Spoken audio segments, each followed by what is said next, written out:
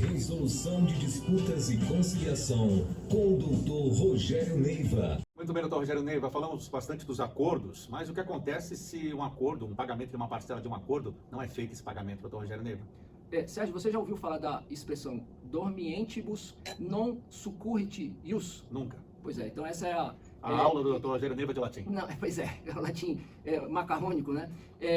Mas isso é a expressão que se diz: o direito não socorre os que dormem. Dormientibus non succurrit ius. O direito não socorre aos que dormem. O que aconteceu nesse caso aqui, Sérgio? Foi firmado um acordo envolvendo em torno de R$4.000, era R$4.000 em alguma coisa, no âmbito do TRT da 15ª região, né, no primeiro grau, obviamente, inclusive em execução. Foi firmado um acordo dos R$4.000 para ser pago de forma parcelada, se não me engano, eram 6 ou 8 parcelas. E aí, numa das parcelas, eu tive cuidado, inclusive, de ler a decisão de primeiro grau e o acordo, né, além da notícia que foi veiculada pela Secretaria de Comunicação do TRT da 15ª região essa semana.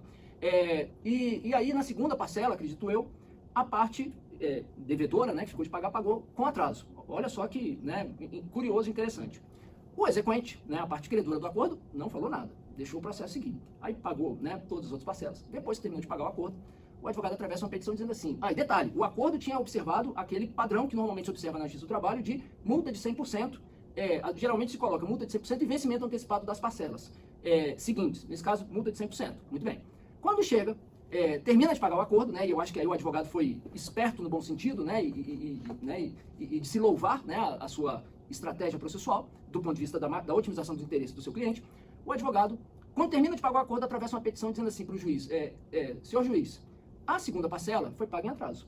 O acordo pactuou-se que era multa de 50% sobre o acordo. Então eu quero receber. Então eu quero mais R$2.000, porque o acordo era de 4, porque atrasou essa parcela. Essa foi a situação. E aí sabe o que aconteceu, Sérgio? O juiz de primeiro grau, no caso o juiz de primeiro grau, confirmado pelo TRT, falou: é isso mesmo. Agora não vai mais pagar 4, vai pagar mais R$2.000, vai pagar no total R$6.000. E assim se decidiu. Dito isso, né, o que eu chamo a atenção dos nossos ouvintes, né? Primeiro, assim, né, dica para advogado de reclamante ou de exequente: deixa o acordo fluir e vai discutir multa só depois. Por quê? Porque se você discute a multa agora, você corre o risco de comprometer a continuidade, né, da execução daquele acordo, né? E aí surge um incidente, aí vira aquela confusão. Então, primeira observação é essa. Segundo, para quem é advogado que está do outro lado, no polo passivo de quem vai pagar o acordo, muito cuidado na hora que fica, muito cuidado em dois sentidos. Primeiro, daquilo que está sendo pactuado. Segundo, da orientação à parte, né, ao seu constituinte, ao seu cliente. Por quê? Quanto ao que está sendo pactuado, é preciso ter muito cuidado na hora de estabelecer como vai funcionar essa cláusula penal, essa sanção por mora ou inadimplemento. Como assim? É preciso deixar claro, primeiro, se vai haver vencimento antecipado das demais parcelas ou não. Né? Isso é algo. Então você está lá, um acordo, por exemplo, de 10 parcelas. Você atrasa o pagamento da segunda. Então é preciso deixar claro, vai antecipar as demais ou não? Né? Então esse é o primeiro ponto. Obviamente que isso do lado de quem está do credor, se você tem receio de que aquele sujeito é um mau pagador, aí, né, lhe cabe não só trabalhar para uma cláusula penal que seja mais dura possível, inclusive para ser um instrumento de incentivo e coerção para o sujeito pagar. Então, por exemplo, né, é o caso de você requerer o vencimento antecipado das parcelas. Mas, de quem está do outro lado, então precisa deixar claro, vai fazer o vencimento antecipado ou não. Então esse é o primeiro ponto, né, porque essa é uma consequência gravosa, né? Imagina, você está pagando você firma um acordo de 10 parcelas, na segunda parcela você atrasa, vence as demais imediatamente, é complicado. Então é preciso definir isso. É preciso definir se a multa de 50%, e aí que foi vamos dizer, a comida de bola do advogado devedor nesse caso, vai incidir sobre a parcela objeto do atraso ou sobre todo o acordo. Que foi um cuidado que não se teve nesse caso. Então, se você está do lado do devedor, deixe claro. E, obviamente, né, é aquela história, né, o combinado não sai caro, né? Você precisa deixar bastante claro se vai ser sobre a parcela ou sobre tudo, e discutir isso. Então, essas são as observações que eu faço, e quanto ao segundo aspecto, é preciso instruir a parte que vai pagar sobre tudo, sobre todas as consequências. E aí uma questão prática do dia a dia: se o seu cliente vai atrasar, eu já vi isso muito como magistrado, liga para o advogado da outra parte e fala: colega, o meu cliente enrolou, vai atrasar um dia, 2 dias, pode ser, então combina isso. Obviamente que se o outro sujeito do outro lado dizer não, ok, mas é muito comum, não, tudo bem, o que não dá é para pagar em atraso, querendo dar a famosa de João sem braço, né, o esperto que não é tão esperto, e aí chega lá na frente e acontece o que aconteceu. Então, acho que foram algumas considerações úteis aí para os nossos ouvintes. Temos ainda tempo para o senhor falar sobre um acordo que foi recusado por uma montadora, a Volkswagen, sobre reparação por trabalho escravo.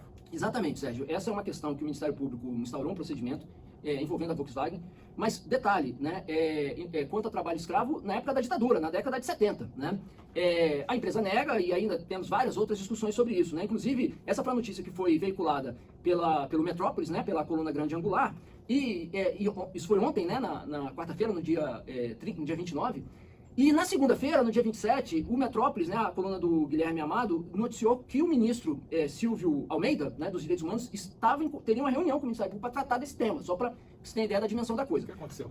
Não, então, é a acusação contra a Volkswagen, de que teria praticado trabalho escravo na ditadura, e agora o Ministério Público está em vias, na perspectiva de ajuizar uma ação, pedindo uma indenização. Pois bem, foi apresentada uma proposta de 165 milhões de reais, a Volkswagen recusou essa proposta. Essa notícia, esse é o fato. Quais são as ponderações que eu faço aqui para os ouvintes? Primeiro, eu cantei essa pedra aqui em alguma medida, algumas semanas atrás, em que eu disse, o caso de Bento Gonçalves, que envolvia trabalho escravo, foi objeto de uma crítica, na minha opinião, talvez exagerada e injusta, ao Ministério Público do Trabalho, quanto ao valor do acordo e outros aspectos, né? E aí até que levou o Ministério Público a fazer algumas considerações, alguns esclarecimentos, né? E eu disse na ocasião, quando tratamos disso, olha, a minha experiência de acordo com o Ministério Público é que o Ministério Público joga duro na mesa de negociação, o Ministério Público do Trabalho. E eu tenho receio disso na ocasião, que agora o Ministério Público endureça ainda mais, até por ser uma questão de trabalho escravo. Tá aí.